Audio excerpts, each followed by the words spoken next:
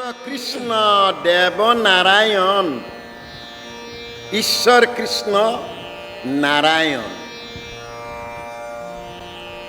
ইয়াৰ ভিতৰলৈ গ'লে নাৰা মানে পানী, আয়ন মানে শয্যা, পানীৰ শয্যাত থাকোঁতা। এই কথাটো কৌশল কৰি কৈছে, যত দেখা চৰাচৰ হৰিময় নিৰন্তৰ। আমি প্ৰত্যেকেই হৰি, তাৰমানে প্ৰত্যেকেই নাৰায়ণ। আমি প্ৰত্যেকে নাৰাৰ পৰা উৎপত্তি। পিতৃৰ ক্ষীৰত বিন্দুৰূপে থাকোঁতে আমি পানী, মাতৃগৰ্ভত স্থিতি লাভ কৰোঁতে পানী, জলত জল, জলত মল, মলত জীৱৰ সৃষ্টি। আজি বিজ্ঞানেও কৈছে যে এটা মানুহ জীয়াই থাকিবলৈ হ'লে গোটেই দিনটোত কমেও 2.5 লিটাৰ পানী দেহত দিব লাগে। পানীয়ে প্ৰাণ, সৰ্বজীৱত প্ৰাণ। পৃথিৱীৰ এনে বস্তু নাই যাক পানী নালাগে। এডাল তৃণক, বৃক্ষক, সাপক, বাঘক, সমস্ত চৰাচৰ জগতৰ ধনী দুখীয়া সকলোকে লাগে পানী। তেতিয়াহ'লে নাৰায়ণ মূল, ইয়াতো পৰম ঈশ্বৰ কৃষ্ণ দেৱ নাৰায়ণ। সেই নাৰায়ণেই এইজন কৃষ্ণ। তাৰমানে নাৰা আহিলে আনন্দ আহে, পানী আহিলে আনন্দ আহে। সকলোৱে, তৃণডালেও পানী পালে আনন্দ, মানুহৰ হৃদয়ত আনন্দ। ইয়াতে সেইকাৰণে কৈছে তান মহাভক্তি ইটো শ্ৰৱণ কীৰ্তন। এই আনন্দ পাবলৈ হ'লে, মোৰ ভিতৰৰ জনক আনন্দ দিবলৈ হ'লে মই শ্ৰৱণ কৰিব লাগিব। মানে শুনিলেহে গুচয় মনৰ সংশয়। আমাৰ এই মানৱ দেহটোত আমি ৰাতিপুৱাৰে পৰা মুখখনেৰে বহুত খাদ্য দিওঁ। এনেবোৰ খাদ্য কিন্তু আত্মাই নাপায়, দেহে পায়। আৰু 24 ঘণ্টাৰ ভিতৰত মুখেৰে দিয়া খাদ্যবিলাক সি ওলাই যায়। মোৰ হৃদয়ত থকা আত্মাৰূপী হৰিটোৱে কিন্তু খাদ্য খাব খোজে। তেওঁ কৈছে মুখেদি খালে মই খাব নোৱাৰোঁ, তেওঁক কাণেদি খুৱাব লাগে। কৰ্ণপথে ভকতৰ হিয়াত প্ৰৱেশী হৰি, দুৰ্বাসনা হৰে সমস্তয়। তেতিয়াহ'লে কাণেদি খাব তেওঁ ভগৱন্তই। এই কাণেদি খাবৰ কাৰণে এই ভগৱন্তক সেইকাৰণে কৈছে তান মহাভক্তি ইটো শ্ৰৱণ কীৰ্তন। সেই ভগৱন্তক পাবলৈ হ'লে মই শুনিব লাগিব আৰু কীৰ্তন কৰিব লাগিব। কীৰ্তনেহে জীৱক আগবঢ়াই লৈ। কীৰ্তন আকৌ কৰিলেও নহ'ব যদি ভগৱন্তত ভক্তি নাই। মানে শবদ ব্ৰহ্মৰ পাৰ ভৈলা যিটো, কৃষ্ণত ভকতি নাই তাৰ শাস্ত্ৰ শ্ৰম, শ্ৰমে মাত্ৰ ফল যেন ৰাখে বাজিগা। বহু মানুহে কথাটো কয়, আমি সদায় গধূলি আমি অলপ হ'লেও ভাগৱত পঢ়োঁ, গীতা পঢ়োঁ। পঢ়িলেই নহ'ব, কৃষ্ণত আশ্ৰয় লৈ হ'ব লাগিব। হৰিত শৰণ লৈয়া যিটো জনায়ে, হৰিৰ চৰিত্ৰ শ্ৰৱণ কীৰ্তন কৰ। এনেই হ'লে নহ'ব।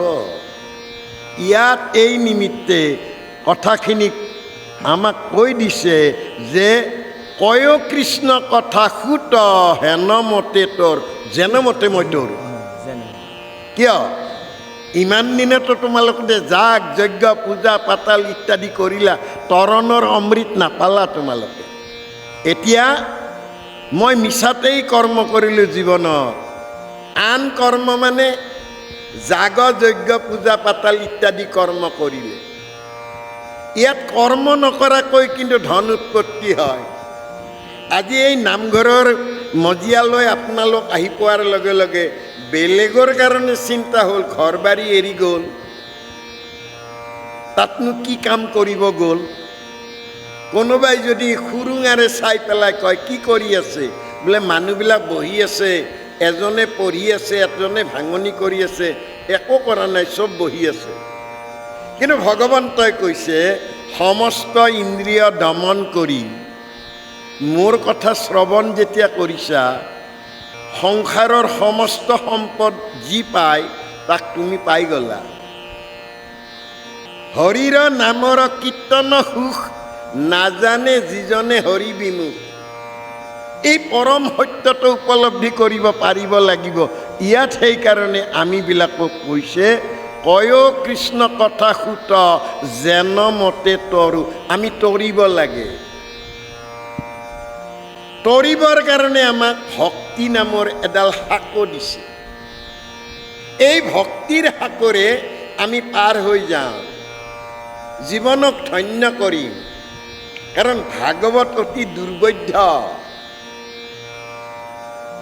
পৰম দুৰ্বোধ্য আত্মতত্ত্ব। তার জ্ঞানয় অর্থে হরি যত, লীলায় অবতার ধরা হরি কৃপাময়। তাহান চরিত্র সুধা সিন্ধু, তাতে ক্রীড়া করি দীনবন্ধু। চারি পুরুষার্থ তিনৰ সমকৰ, ই অতি গভীৰ। কাৰণ আমি প্ৰত্যেকেই ভাগৱত হ'ব লাগিব। কিন্তু ভাগৱত হ'বলৈ আমি ভাৱনালব্ধ হ'ব লাগিব। সেইকাৰণে ইয়াতে কথাটো কৈছে যে ইহাতেহে আমাৰ মিলিল মহাভাগ। আজি আমাৰ ভাগ্য মিলিছে। কিমান দিন যজ্ঞ কৰিলোঁ, একো নাপালোঁ, দেহা কোলা কৰি পেলালোঁ, কিন্তু আজি ভাগ্য মিলিছে। তুমি হেনো মহন্তক পাইলো ভাগ্যে লাগ। তেতিয়াহ'লে সাধু পোৱাটো বৰ টান। স্বাধনাম সাধু সংগ অনুসৰা, শ্ৰৱণ কীৰ্তন কৰা, পৰিহৰা পাখণ্ড আচাৰ, বেয়াবিলাক বাদ দিয়া। সাধনালব্ধ পুৰুষৰ ওচৰ চাপা, তেতিয়া তোমাৰ ধন্য হ'ব পাবা। কি হ'ব? যত স্বৰ্গ সুখ, যিটো মুখ্য সুখ মূল। স্বৰ্গত গ'লে মই কি কৰিব পাৰিম? যাগ যজ্ঞ পূজা পাতাল বলি বিধান দিলে মই স্বৰ্গত যাব পাৰিম। কিন্তু এটা সময়ত মই আকৌ সুলকি পৰিম, তলত পৰি যাম। মই মোহ, এই দেহবিলাক মোহৰ দেহ। মই ঈশ্বৰৰ কথা শুনিলে মোহশূন্য হ'ম, বিষয় শূন্য হ'ম, বাসনা শূন্য হ'ম, লিপ্সা শূন্য হ'ম। সৰ্বশৰ মই চিন্তাটো কৰিব পাৰিম, মই দেখোন দেহেই নহয়। মই 84 লক্ষ যৌনি পৰিভ্ৰমণ কৰোঁতে বাৰে বাৰে দেহ লৈ আহিছিলোঁ। প্ৰতিবাৰৰ দেহটো মই এৰি এৰি থৈ গৈছোঁ। এইবাৰৰ দেহটো মোৰ গৈ আছে দেখোঁ। মই ভালকৈ উপলব্ধি কৰিছোঁ। মোৰ শিশুকাল গ'ল, কৈশোৰ গ'ল, বাল্য গ'ল, যৌৱন গ'ল, বাৰ্ধক্য এতিয়া আহি পালে। তেতিয়াহ'লে কেশ পকিল, দাঁত সৰিল, চকু ঢুলু ঢুলু হ'ল, খোজবিলাক থৰক বৰক হ'ল, তেল পিছলা দেহটো সতৰা সতৰি হ'ল। মোৰ দেখোন যাবৰ হ'ল। উপলব্ধি কৰিব লাগিব কি ধন বেহালি হাত। অ' মন বেপাৰী, কি ধন বেহালি হাত। বৈকুণ্ঠক যাবলৈ সাধুৰ সংগ নললি, চিনিও নললি বাট। গতিকে সেইকাৰণে ভকত সংগৰ অল্পক নহি তুল। ভকতৰ সংগৰ দৰে আৰু সংগ নাই। ভকতৰ সংগই মোক ভগৱন্তৰ লগত লগ লগাই দিব পাৰে। আৰু ভগৱন্তক পাবলৈ মই ভকতি পাম ভকতৰ সংগত। সেইকাৰণে সাধু সংগটো শ্ৰেষ্ঠতম। মনৰ মোৰ অজ্ঞানতা মূঢ়তাবিলাক দূৰ কৰিব পাৰে ভকতে। ভকতে নিজে তৰে আৰু আনক তৰায়। আপোন তৰা কুল উদ্ধাৰা। নিজে তৰি আনক তৰাবৰ কাৰণে যিবিলাকে গোটেই জীৱন নিৰন্তৰ কৰি থাকে, এইবিলাক পৰম ভকতৰ ওচৰ চাপি ঋষি মুনি যোগী সন্যাসীবিলাকে তেওঁলোকৰ জীৱনৰ ব্যৰ্থতাখিনিক প্ৰকাশ কৰি আজি অনুভৱ কৰাইছে যে তোমাৰ ওচৰ পাই আমি ধন্য হ'লোঁ, ধন্য হ'লোঁ। এই আকাশতে সেইহেন সূৰ্য উদিত হৈছে, বায়ুবিলাক গমন কৰিছে ইয়াতে। আৰু এই সূৰ্য ৰাতিপুৱা উদিত হৈ গধূলি মাৰ যাওঁতে আমাৰ আয়ুস এদিন এদিনকৈ লৈ যায়। কিন্তু হে প্ৰভুসকল, আমাৰ ভিতৰত মাতৃগৰ্ভত থাকোঁতে এতিয়া সূৰ্য আমি লগত লৈ আহিছোঁ। হৃদয় আকাশে চৈতন্য আদিত্য সৰ্বদাই প্ৰকাশ হয়। উদয় অস্ত নাই সন্ধ্যা উপাসনা কৰিব আমি অনুভৱ কৰোঁ নে নকৰোঁ? গতিকে ইয়াত এই কহি কথাকে কৈছে যে আমিবিলাকে এখন মাত্ৰ কৃষ্ণ কথা যদি শুনিবলৈ পাম, এটিক্ষণতেই আমাৰ জীৱন ধন্য হয়। কৃষ্ণ এটা শব্দ, কৃষ্ণ এটা নাম, নাম বৰ শক্তিশালী। আমাক ক'লে নামেহে তৰাইব ঘৰকম্প তলা বেলা। নামৰ এই মহাশক্তিটো যিয়ে অনুভৱ কৰিব নোৱাৰে। নাম বৰ শক্তিশালী। এবাৰ স্বয়ং ব্ৰহ্মাদেৱে 4 পাৰিষদক জন্ম দি তেওঁলোকক ক'লে, বাচ্চাহঁত মই সৃষ্টিকৰ, সৃষ্টিখন বাঢ়িব লাগে, তোমালোকে সৃষ্টিখন বঢ়োৱা আৰু সাংসাৰিক হোৱা। তেওঁলোকে ক'লে আমি আৰু সংসাৰলৈ মন নেমেলোঁ, আমি বৈৰাগ্যকে আশ্ৰয় কৰি ল'লোঁ। ব্ৰহ্মাদেৱৰ মনত বৰ দুখ, মই সৃষ্টিকৰ, সৃষ্টি বাঢ়িব লাগে, মোৰ এই সন্তানকেইটাই এইটো কাম নকৰিলে। নাই নাই, দ্বিতীয়বাৰ তেওঁ আকৌ স্মৰণ কৰি তেওঁ দেৱৰ্ষি নাৰদৰ জন্ম দিয়ালে। দেৱৰ্ষি নাৰদে জন্মগ্ৰহণ কৰিয়ে ব্ৰহ্মাদেৱৰ মুখলৈ চালে। ব্ৰহ্মাদেৱে নাৰায়ণ বুলি ক'লে। গতিকে দেৱৰ্ষি নাৰদৰ চিন্তা হ'ল নাৰায়ণ কোন? সুধিলে পিতাই নাৰায়ণ কোন? বোলে যি মোৰ পিতৃ, যাৰ নাভিকলত মই জন্মগ্ৰহণ কৰিছোঁ, তেতিয়াহ'লে মই আৰু সাংসাৰিক নহওঁ। এই নাৰায়ণজনক বিচাৰি মই যাওঁ। এই বুলি দেৱৰ্ষি নাৰদে বীণ হাতত লৈ নাৰায়ণক বিচাৰি গ'ল। মুখত কেৱল নাৰায়ণ নাৰায়ণ নাৰায়ণ নাৰায়ণ। বহুদিন পিছত এদিন বৈকুণ্ঠ পালেগৈ। আৰু বৈকুণ্ঠত যেতিয়া নাৰায়ণ বুলি ক'লে, দ্বাৰৰক্ষী প্ৰহৰীবিলাকে দুৱাৰখন খুলি দিলে। নাৰায়ণৰ ওচৰ গৈ পাওঁতে নাৰায়ণে মাত লগালে, তুমি দেৱৰ্ষি নাৰদ নে? বোলে হয়। অঁ, ভাল পালোঁ, তোমাৰ মুখত মোৰ নামটোৱে পালোঁ। বোলে পিতাই কোৱা শুনিছিলোঁ, কিন্তু এটা কথাহে নুবুজিলোঁ। বোলে কোনটো? বোলে নাম ল'লে কি লাভ হয় এইটো মইতো নুবুজিলোঁ। পিতাই কোৱা কাৰণে ময়ো কৈ আছোঁ। অঁ, হয় নেকি? ই জানিব লাগে আচলতে নাম ল'লে কি লাভ হয়। এটা কাম কৰা, তুমি আমাৰ ইয়াৰ পৰা ওলাই যাওঁতে সন্মুখত যাকে দেখিবা, যি বস্তুৱে দেখা তাকেই সুধিবা নাম ল'লে কি লাভ হয়। দেৱৰ্ষি নাৰদে মহা আনন্দেৰে আহিল। এডাল বৃক্ষত এডাল কেঁকো সাপ আছে। বেলেগ ফালে চালে একো নেদেখিলে, গছডাল আছে। কেঁকো সাপ এডালে এই দেৱৰ্ষি নাৰদক দেখি তাৰ মূৰটোক একদম ৰঙা কৰি ধৰিলে। দেৱৰ্ষি নাৰদে ভাবিলে, বা তাৰ ইমান ক্ৰোধ নে, মোক দেখিয়ে ৰঙা চিঙা পৰি গৈছে। হ'লেও প্ৰভুই মোক কৈছে যাকে দেখোঁ তাকে সুধিব দিছে, মই সুধিবই লাগিব।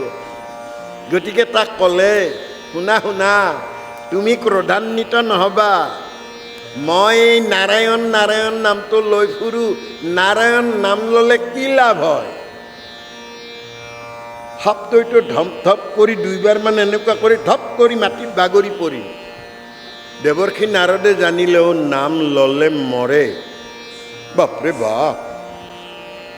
তেওঁ আৰু দেৱৰ্ষি নাৰদে নাৰায়ণৰ তাত নগ'ল। মন বৰ দুখিত, ভয়ো লাগিল। মই সদায় নাৰায়ণ নাম লওঁ, কিন্তু আনক ল'ব দিলে মৃত্যু হয়, মই বুজি পালোঁ। এই নাৰায়ণৰ তাত নাযাওঁ। এই বুলি তেওঁ বহুদিন যোৱা নাই। বহুদিনৰ মূৰত এদিন আৰু মনত পৰিল, নাৰায়ণৰ তাতেই যাওঁ।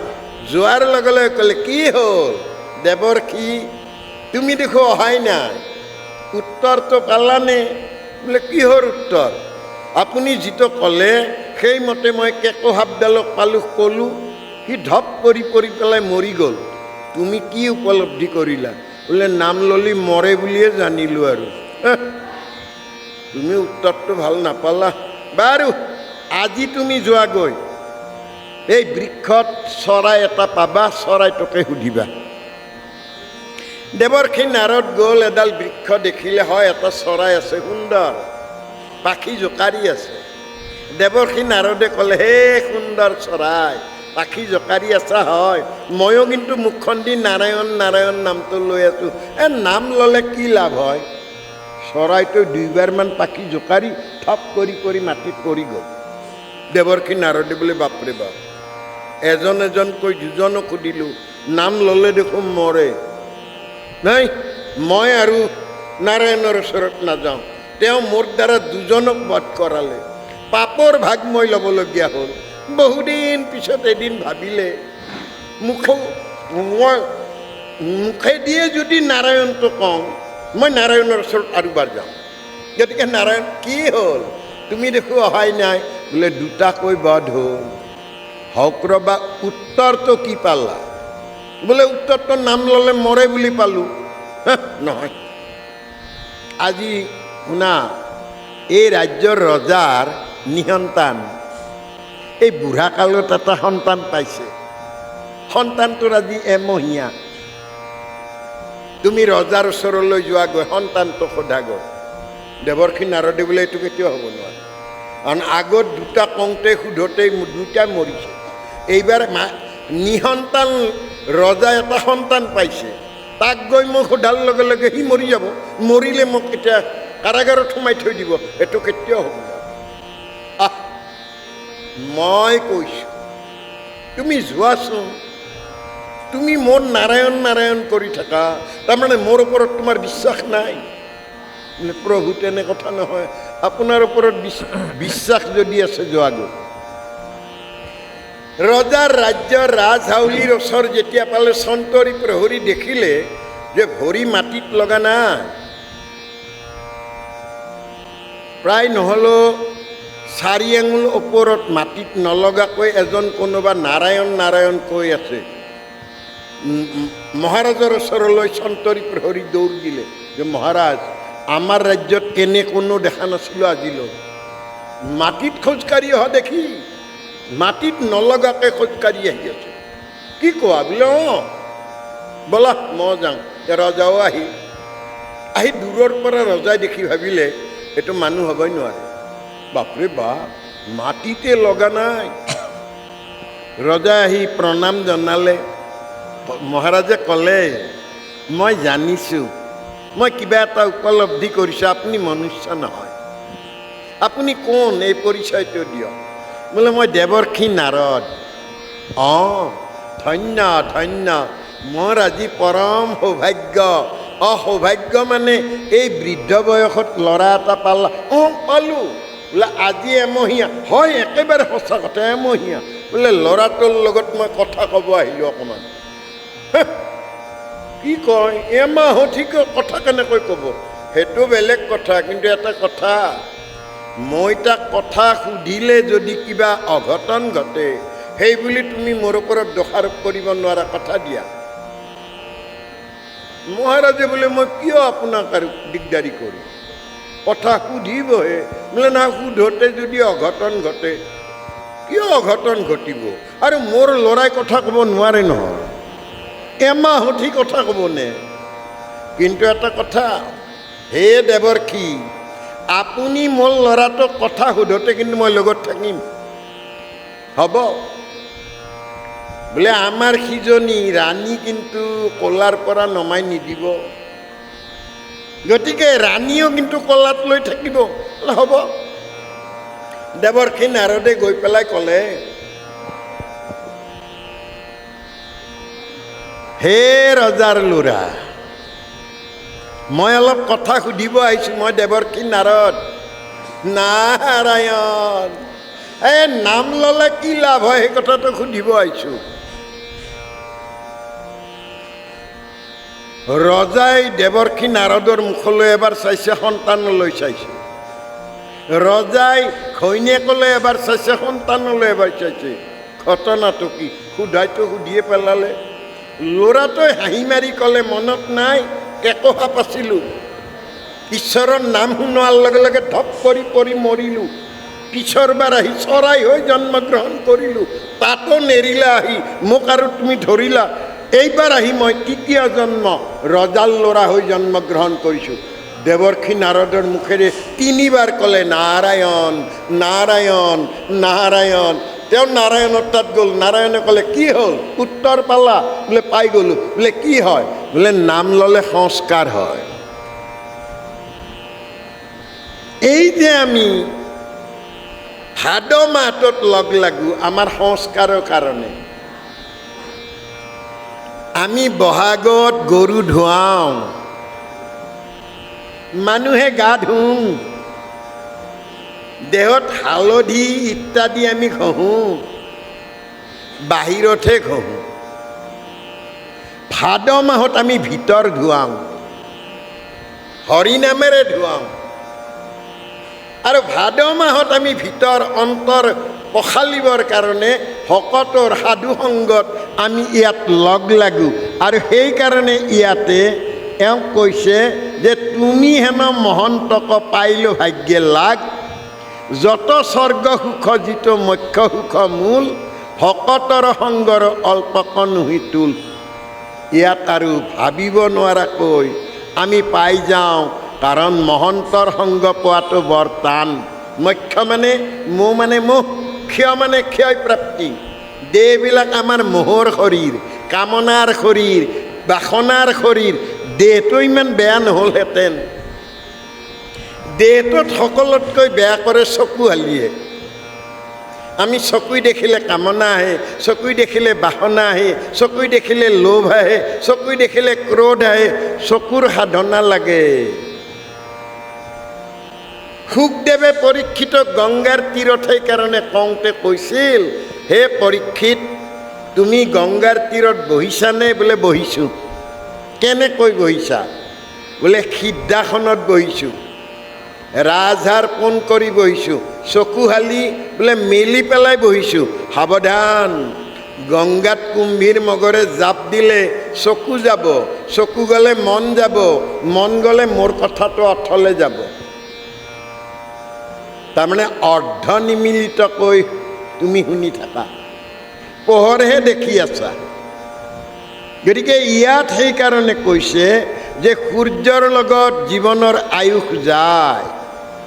এখনমান যদি কৃষ্ণ কথা শুনা যায়, আনন্দৰ কথা শুনা যায়, নিৰানন্দবিলাক আমাৰ জীৱনৰ পৰা আঁতৰি যাব। জীৱন বৰ খন্তেকীয়া। আহিছোঁ, আমি যাম, আমি ভাৱৰীয়া। আমি যি কৰ্মই নকৰোঁ কিয় সকলো কৰ্মকে অৰ্পণ লাগে। মানে অৰ্পণ নহ'লে একো ফল নধৰ। ভগৱন্তত অৰ্পণ কৰিব লাগে। আমাৰ নিজৰ বুলিবলৈ একো নাই। ভগৱন্তত দ্ৰব্য ভঁৰালৰ বস্তু ক্ৰয় বিক্ৰয় কৰি আনি ভগৱন্ততে আমি অৰ্পণ কৰিছোঁ। ইয়াত সেই নিমিত্তে কৈছে যে কৃষ্ণত অৰ্পিয়া আমি কৰোঁ কৰ্ম যত, তাতো নানা বিঘ্নি আছে জানিলোঁ মনত। কাৰণ মন দুৰাচাৰ, মনেই সকলো গণ্ডগোল লগাই দিয়ে। মনক শুদ্ধ কৰিব লাগিব। কাণেদি শুনিলেও কিন্তু মনে নল'বও পাৰে। এই দুৰাচাৰ মনটোক মই আচাৰলৈ আনিবলৈ হ'লে নিয়ম নীতি, আচাৰ বিচাৰ, আস্থা কাষ্ঠা প্ৰণালী প্ৰৱৰ্তন কৰাই জীৱনক ধন্য কৰাব লাগিব। আৰু তেতিয়াহে এতেকে পিয়ায় কৃষ্ণ চৰিত্ৰ অমৃত। কৃষ্ণৰ কথাবিলাক, চৰিত্ৰবিলাক, লীলামালাবিলাক অমৃত সমান। আৰু সেইকাৰণে এই অমৃতক নামামৃত, কৰ্ণামৃত, বাক্যামৃত, শব্দামৃত, গোপিনী সমস্তই তাক অধৰামৃত বুলি কৈছে। এই অমৃত কিহেৰে খাব লাগিব? শ্ৰৱণ মাত্ৰকে যেন হুয়কৃত কৃত। শুনিলেই সকলো হাত পৰি যায়, আমি জীৱন ধন্য হৈ যাওঁ। সেই পৰমেশ্বৰৰ বাণী লাগিব দৃঢ়তা, সততা আৰু একান্ত বিশ্বাস। অৱশ্যে এনেবোৰ কৰ্ম কৰিবলৈ গ'লে ঈশ্বৰ কৃষ্ণক বাদে অন্য চিন্তা বাদ দিব লাগিব। অন্যবিলাক কি? যাগ, যজ্ঞ, পূজা পাতাল সবে বিড়ম্বন। এই যাগ যজ্ঞবিলাক বাদ দিব লাগিব। এইবিলাক কৰিলে দুখ পাইলো মাত্ৰ, তাত সুখ নাই, দুখেই দুখ। এতিয়াহে তেওঁ ভাগৱত ক'ব। আবে কহি অক মহাভাগৱত শাস্ত্ৰ। তুমি আগতে দৃঢ় হৈ লোৱা, সুদৃঢ় হৈ লোৱা। কায় বাক্য মানে একান্তভাৱে সুদৃঢ় বিশ্বাসে ভগৱন্তৰ দুখানি অভয় চৰণ তলত তুমি আশ্ৰয় গ্ৰহণ কৰা। যেতিয়ালৈ স্থিতি নহ'ব তেতিয়ালৈ ৰতি নহ'ব। ইয়াত প্ৰতিজন আহি আহি ইয়াতে স্থিতি লৈছে। যেনেকৈ পিতৃৰ শিৰৰ বিন্দুটো মাতৃগৰ্ভত স্থিতি লাভ কৰিলে আমি সন্তান পাওঁ, ঠিক তেনেকৈ এই নামঘৰলৈ আহি আমি প্ৰথমতে স্থিতি ল'ব লাগিব। স্থিতি হ'লে ভাগৱতত ৰতি হ'ব, ৰতি হ'লে মতি হ'ব, মতি হ'লে গতি হ'ব, গতি হ'লে প্ৰাপ্তি হ'ব।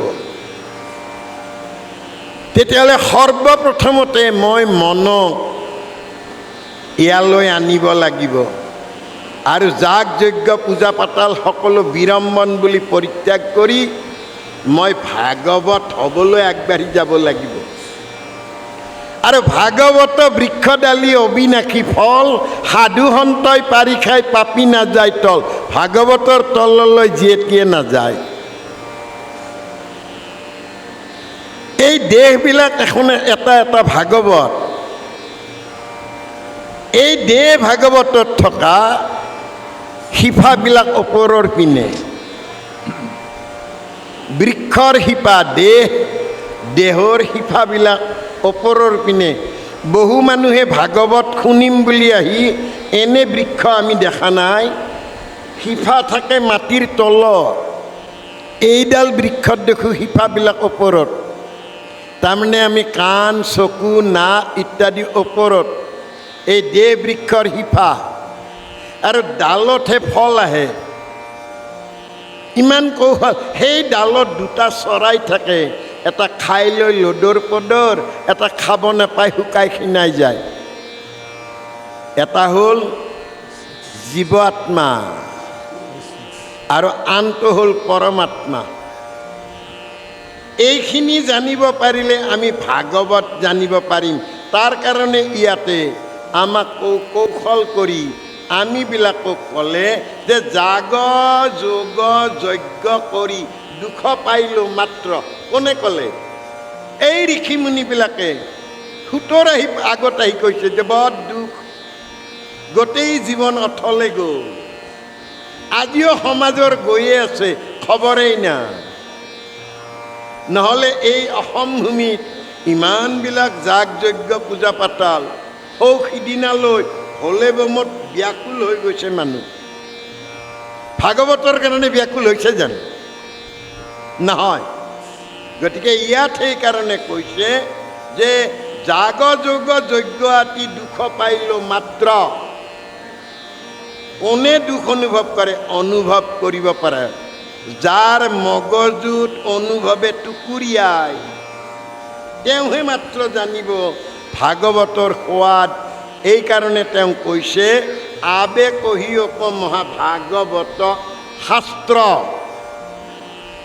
সৎভাৱে তৰণৰ ব্যৱস্থা কৰিবৰ কাৰণে য'ত নিয়ম নীতি আচাৰ বিচাৰ আস্থা কাষ্ঠা প্ৰণালী প্ৰৱৰ্তন কৰি থোৱা আছে, সৎভাৱনাৰে ল'ব পৰা এই মহাশক্তিটো আমাক দিয়ক, আমাক কওক। কৃষ্ণ শংকৰ।